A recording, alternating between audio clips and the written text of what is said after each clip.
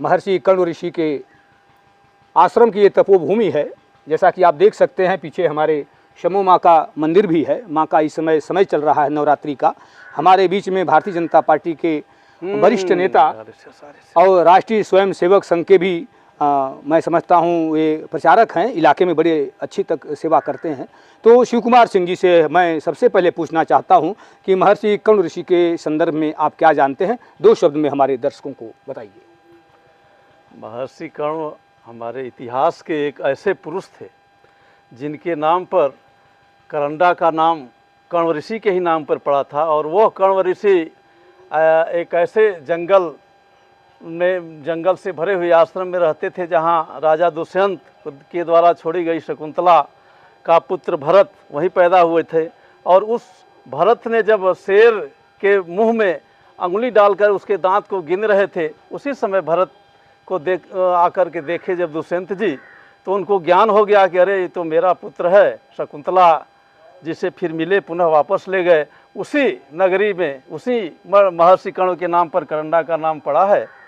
और हम सभी लोग ऐसे ऋषि के तपोभूमि में रहते हैं तथा उनका आशीर्वाद ग्रहण करते रहते हैं। शिव कुमार जी, ऐसा तो कोई रिकॉर्ड नहीं है भारत सरकार के या उत्तर प्रदेश सरकार के द्वारा, गाजीपुर जिला प्रशासन के द्वारा, फिर आप कैसे मानते हैं कि यहाँ पर कण्व ऋषि रहे होंगे? यहाँ ध्वंसावशेष आज भी है जिसको हम लोग देखते हैं। वहाँ मंदिर है, वहाँ पूजा अर्चना होता है और किंवदंती भी है।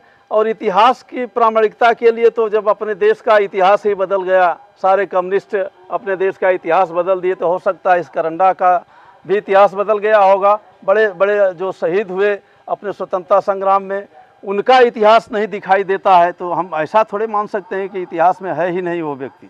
इस तरह से हम मानते हैं कि यह निश्चित रूप से कण्व ऋषि की ही धरती है। देखिए, ये जो धरती है उत्तर प्रदेश की पूर्वांचल, और यहाँ लगभग कमोवेश ज़्यादातर गाँव में रामलीला होती है और बड़े लंबे समय से करंडा की रामलीला समिति से आप जुड़े हुए हैं। तो रामलीला का सांस्कृतिक महत्व क्या है शिव कुमार सिंह जी? रामलीला का सांस्कृतिक महत्व हमारे समाज पर बहुत अच्छा पड़ता है।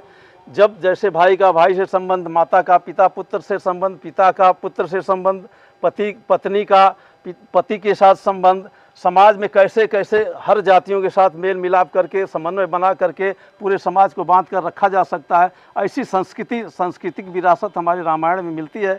उसी का नाटकीय मंचन हमारे गांव में रामलीला समिति के द्वारा किया जाता है, जो सैकड़ों वर्ष पुराना यहाँ रामलीला है, आज तक चलता आ रहा है और अनवरत चलता रहेगा। और एक और ख़ास विशेषता हमारे यहाँ की रामलीला की है कि यहाँ चंद दिनों में ही यहाँ के बच्चे इतना संस्कारित हो जाते हैं रामलीला के प्रति कि उसका नाटकीय मंचन 1 दिन 2 दिन पहले ही तैयार होकर के सारे करते रहते हैं और उसका समाज पर अपने पर असर भी डालते हैं तथा समाज पर भी उसका अच्छा असर डालते हैं। एक कण्व ऋषि के आश्रम से, तपोभूमि से आप सरकार को क्या संदेश देना चाहते हैं? क्या मांग है आपकी?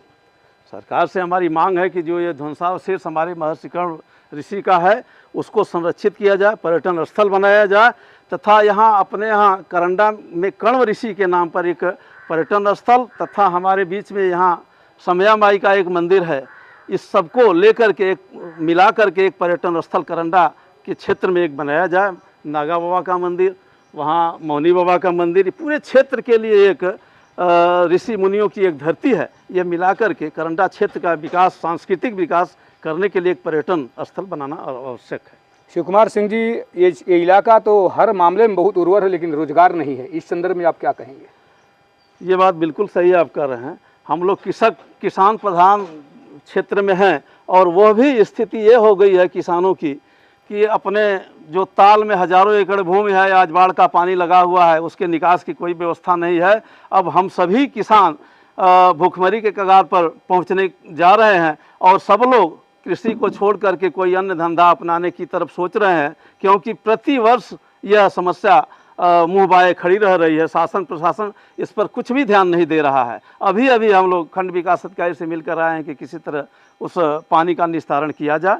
आश्वासन उन्होंने दिया है, देखिए क्या होता है।